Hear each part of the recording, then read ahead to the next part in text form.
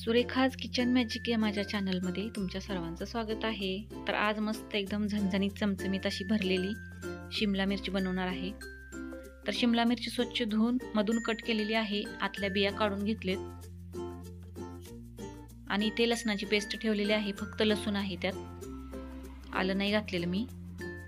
आणि इथे घाटी मसाला, किसलेलं ओलं खोबरं आणि शेंगदाण्याचा कूट घेतलेला आहे भाजलेला। तुम्ही वाळलेलं खोबरं घेतलं तरी चालेल, किसून किंवा बारीक मिक्सरला पेस्ट केली तरी चालेल। मी किसून ओलं खोबरं घेतलेलं आहे। लसणाची पेस्ट मी त्याच्यामध्ये टाकली, थोडीशी हळद टाकली, चवीपुरतं मीठ टाकलं। आता हाताने सगळं मिक्स करून घेते आणि आता ह्याच्यामध्ये थोडंसं पाणी ॲड करायचं, जास्त पण नाही करायचं, थोडंसं पाणी ॲड करून हे मिश्रण सगळं भिजवून घेते मी। आता या कट केलेल्या मिरच्यांमध्ये थोडं थोडं सगळं भरून घ्यायचं। तर अशा प्रकारे बाकी सगळ्या मिरच्या पण मी भरून घेतलेत। तेल गरम करायला ठेवते पॅन मध्ये। आता हे तेल गरम झालं की याच्यावरती या मिरच्या ठेवायच्या आहेत।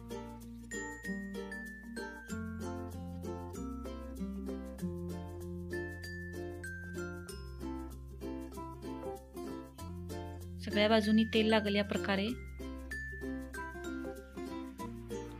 हलवून घ्यायच्या आणि आता आपल्याला वाफेवरती थोड्या वेळ शिजवायच्या आहेत त्या। आणि आता झाकण ठेवायचं 1-2 मिनिटं। 2 मिनिटानंतर पलटून घ्यायच्या आहेत। तर सगळ्या मिरच्या पलटून घेतल्या वाफेवरती 2-2 मिनिटं आपल्याला अशा आलटून पलटून भाजून घ्यायच्या, म्हणजे वाफवून घ्यायच्या आहेत। परत एकदा मी झाकण ठेवून 2 मिनिटांनी वाफवून घेतल्या। आणि आता ज्या भांड्यामध्ये मी सारण केलं होतं याचं खोबरं, कूट आणि तिखटाचं, त्याच भांड्यामध्ये थोडंसं पाणी घेऊन मी याच्यामध्ये ओतलं आहे, अगदी थोडंसं।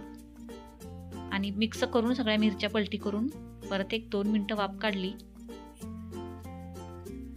आणि दोन्ही बाजूनी व्यवस्थित वाफवून घेतल्या।